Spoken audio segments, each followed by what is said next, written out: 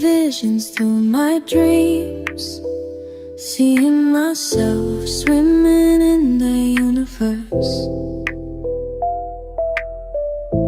My ancestors gave me gifts to read cards, predict and heal. My name is Daphne, but spirit calls me Babylon. Angels communicate through numbers. Intuition is so deep. The gift I fully embrace within.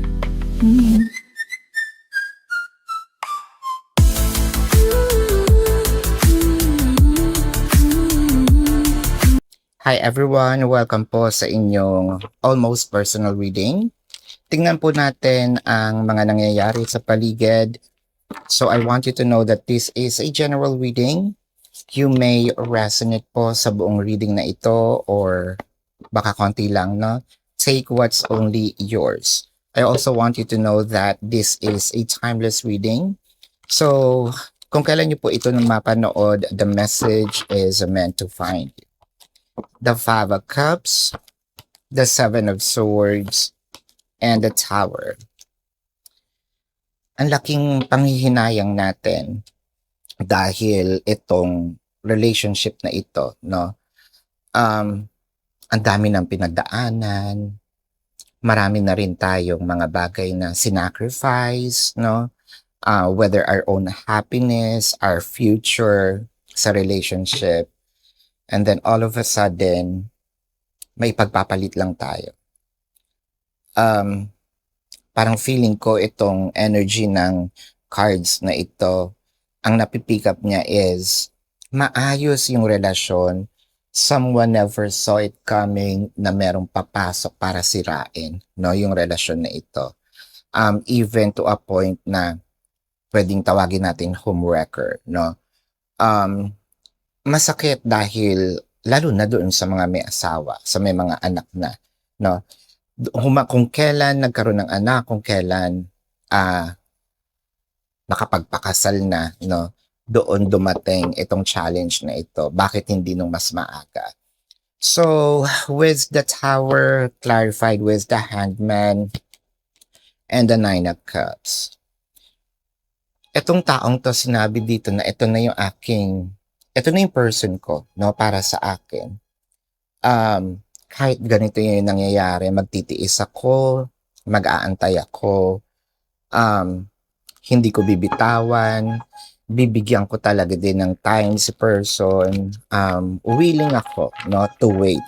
With the Seven of Swords clarified with the Nine of Swords and the Knight of Wands. So parang nakikita natin dito na nai-stress tayo dahil siguro hindi na tayo nakakatulog ng maayos, hindi na tayo nakakatulog ng, kumbaga yung may peace of mind, dahil yung connection, bukod sa bumagal, talagang naging stagnant. Even to a point, hindi lang stagnant, nawala talaga siya, no? Yung panghihinayang natin, ganun siya kalalim, parang feeling natin a part of ourselves was taken away from us. Hindi lang yung person yung nawala, no? Kasi lalo na kung meron na kayong anak, yung future ng anak nyo, masakit yun para sa isang magulang, no? Hindi lang nanay, pwedeng tatay, no? Masakit yun kasi 'di ba, saktan mo nga lang yung anak mo. Or makita mo sinasaktan yung anak mo, masakit sa'yo. So parang ganon. Yung parang it's not just a double whammy. It's a multiple whammy. Kung pwede kang magalit, sumigaw, ginawa mo. Siguro I think that this is what's happening kapag gabi, no? Tinatakpan mo ng unan yung mukha mo para hindi marinig yung iyak mo, yung sigaw mo. Ganon kasakit. With the Four of Cups and the Three of Wands. Ang hirap kasi may mga pagkakataon na siguro si person blatant, no, sinasabi na ayoko na, itigil na natin 'to. So parang ang lumalabas dito is ikaw yung habol na habol, ikaw yung ayaw magparaya. Gano'n yung lumalabas sa situation. Pero hindi niya kasi naiintindihan yung nararamdaman mo na, kaya ganito yung kaya pinaglalaban ko, hindi lang para sa akin 'no, para sa anak ko, para sa anak natin. Hindi lang ako ganito dahil obsessed ako. Um, Kasi puwede mo naman 'tong gawin, eh, 'no? Wag mo sa'king ituro yung sisi dahil magkukuwentahan tayo dito, maghahalukayan tayo ng baho.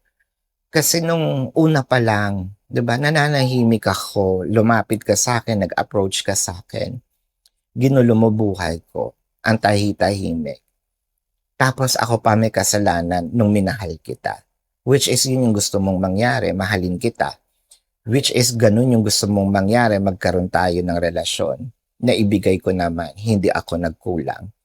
Tapos sumanap ka ng iba. Ako pa ang may kasalanan ngayon. Parang hindi naman din yata tama, no? With the Death card, the Nine of Pentacles, and the Seven of Wands. I think somehow kahit ganun yung dream mo, pinag-aaralan mo, no, na unti-unting tanggapin, i-embrace. Siyempre, kumbaga you're preparing yourself na baka ito na nga yung end. But I'm still crossing my fingers na sana maayos pa, sana pwede pang ma-revive, no? Pero ang ginagawa ko while waiting, nag-heal na rin ako. Hindi man ganun kadali, pero sinusubukan ko. Hindi man ganun ka-fluid kasi merong mga pagkakataon na itong mga nangyayari sa atin, yung mga naranasan natin, mga memories natin, still sinking in. May mga pangyayari din dito na hindi ko rin pwedeng ganun-ganun na lang kalimutan. So, with the Eight of Cups and the Six of Swords, kahit gaano kasakit, parang unti-unti akong humahakbang towards healing. Pero kung bibigyan ng chance at bigla kang lumitaw, papatawarin pa rin kita. Ganun mo kamahal si person, ganun kadakila, no? Yung pagmamahal mo hindi lang sa'yo, sa mga anak mo, or sa mga taong nakapaligid sa'yo. Willing kang kalimutan, no? Basta mag-approach lang si person na merong tamang attitude, meron tamang, kumbaga, tamang mindset, no? And kaya kong kalimutan at magsimula tayo ulit. Naiiyak ako. I don't know. Wala naman akong ganitong experience. Pero bago ko tignan ang zodiac sign, no, nito ni person, kung kayo po yung nakaka-resonate, let me know sa comment section. Kung meron po kayong mga tanong, sa description box ng video na ito, there is a link. Click the link, you will be routed to my website. Nandun po yung name, number, QR code, amount per questions. Take advantage of the 4 questions plus 1 kasi discounted po yun. And if you want to book a private reading, nandun din po siya. Now, let's check the zodiac sign of the person. This can be their sun sign or placement in their chart. Or, syempre, reading mo to, this could be your zodiac sign or a placement in your chart. I'm seeing Gemini, Pisces, Leo, Taurus, Scorpio, Cancer, Libra, Aquarius, Sagittarius, Scorpio is dominant, Taurus and Virgo are here, Aries. This is your reading. Maraming salamat. Love and light. Namaste. See you po sa susunod na readings. Goodbye. You want the